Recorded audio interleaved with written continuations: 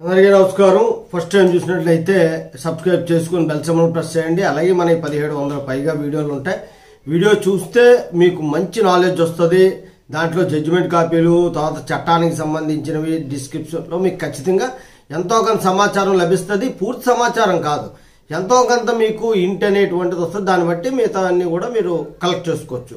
ఇక్కడ విషయం ఏంటంటే, పంచాయతీ కార్యదర్శికి 1 ఏడాది జైలు శిక్ష, 40,000 జరిమానా విధించారు. చాలా మంచి నిర్ణయం. ఎందుకంటే లంచాలు అనేవి పెరిగిపోతున్న దృష్ట్యా ఇలాంటి జడ్జిమెంట్లు వస్తే కొద్దిగా భయం ఉంటుంది అనేటువంటి భావన నాకైతే ఉంది. ఏం చేయాలంటే, లంచం తీసుకుంటూ ఏసీబీకి చిక్కినటువంటి కోటగిరి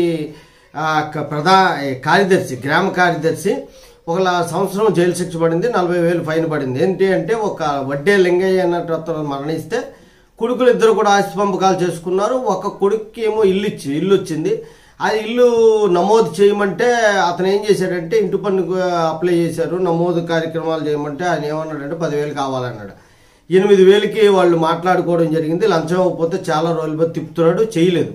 8,000కి మాట్లాడుకుని ఏసీబీకి చెప్తే ఏసీబీ ట్రాప్లో డైరెక్ట్గా పడ్డారు. వీళ్ళు నిజాయితీగా నిలబడి సాక్ష్యం చెప్పారు. సాక్ష్యం చెప్పినందుకు 1 ఏడాది జైలు శిక్ష, 40,000 జరిమానా పడింది.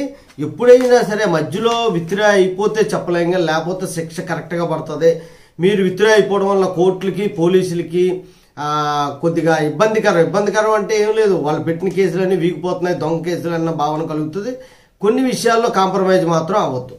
జై హింద్, భారత మాతాకి జై.